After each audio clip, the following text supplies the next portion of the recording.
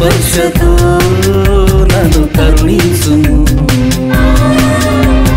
దేవా నీ స్పర్శతో నన్ను దీవించుము దేవా నీ స్పర్శతో నన్ను తాకుము. జేఎంజే దివ్యవాణి ఛానల్కు స్వాగతం సుస్వాగతం. నేటి ధ్యానాంశం యేసు ప్రభు తన జీవిత కాలములో మరియు సమాజంలో గుర్తింపు లేని వారికి ప్రాముఖ్యతనిచ్చారు.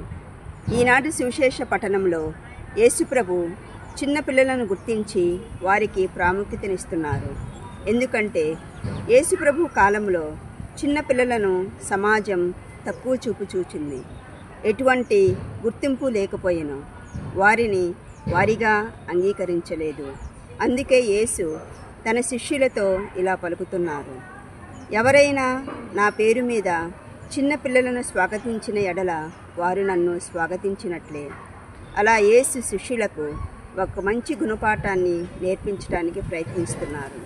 ఎందుకంటే ఈ సన్నివేశానికి ముందు వారిలో ఎవరు గొప్పవారు అని తెలుసుకోవటానికి వారి మధ్య వాదన జరిగింది. యేసు చిన్నపిల్లలతో తన్ను తాను గుర్తించుకొని ఎవరైతే చిన్నపిల్లలకు ప్రాముఖ్యతనిస్తారో వారు గొప్పవారు అని హెచ్చరిస్తున్నారు. ఎంత అధికారం, ఐశ్వర్యం, గౌరవం, పలుకుబడి, హోదా ఉన్నా ఉపయోగం లేదని యేసు ప్రభు వివరిస్తున్నారు.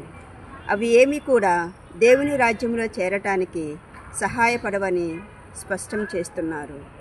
దేవుని రాజ్యంలో ప్రవేశించాలంటే, గొప్పవారిగా నిలవాలంటే సమాజంలో గుర్తింపు లేని వారికి గుర్తింపునిస్తూ ఉండాలని ఈనాటి సువార్త పఠనం ఆహ్వానిస్తుంది.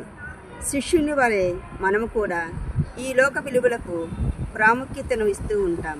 అందుకే మనం ఎల్లప్పుడూ మన దృష్టి దేవుని వైపు స్థిరముగా ఉంచి ఆయన వాక్యాన్ని ధ్యానిస్తూ ఆయన బాటలో నడుస్తూ ఉంటే మనం గొప్పవారం అవుతామని గ్రహించాలి.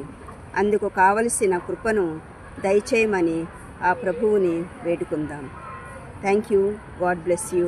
Have a good day.